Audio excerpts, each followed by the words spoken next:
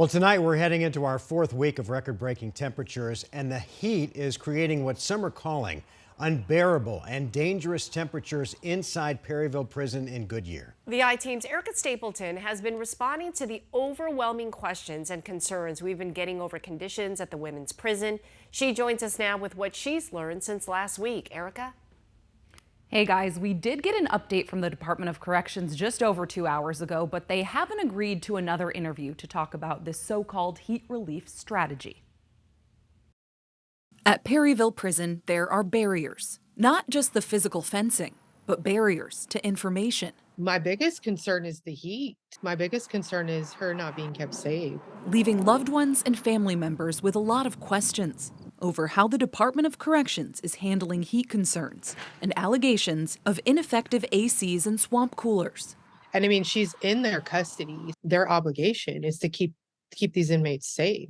Lavon, who wanted to go by only her middle name, hears everything from her older sister, serving a sentence at Perryville. She says her sisters had health scares, and the heat isn't helping, with concerns from multiple inmates of cells hitting in the 90s or 100s throughout the month.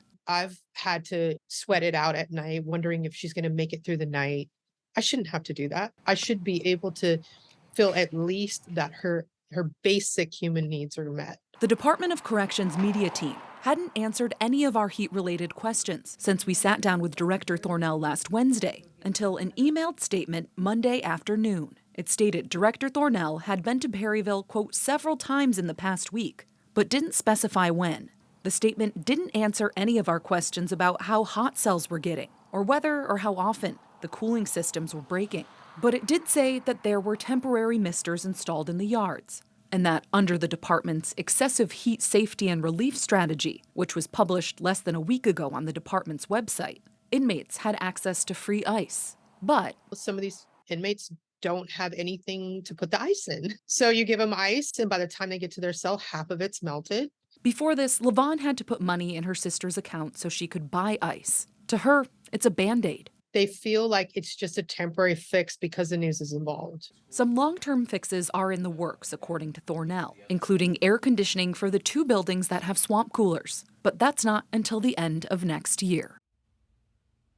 All right, so Erica, it sounds potentially like a serious problem. What else do we know about this safety plan? To our understanding, this is statewide. This can apply to all of the prisons, although we're not sure where it's activated just yet other than Perryville. So everyone should have access to that free ice.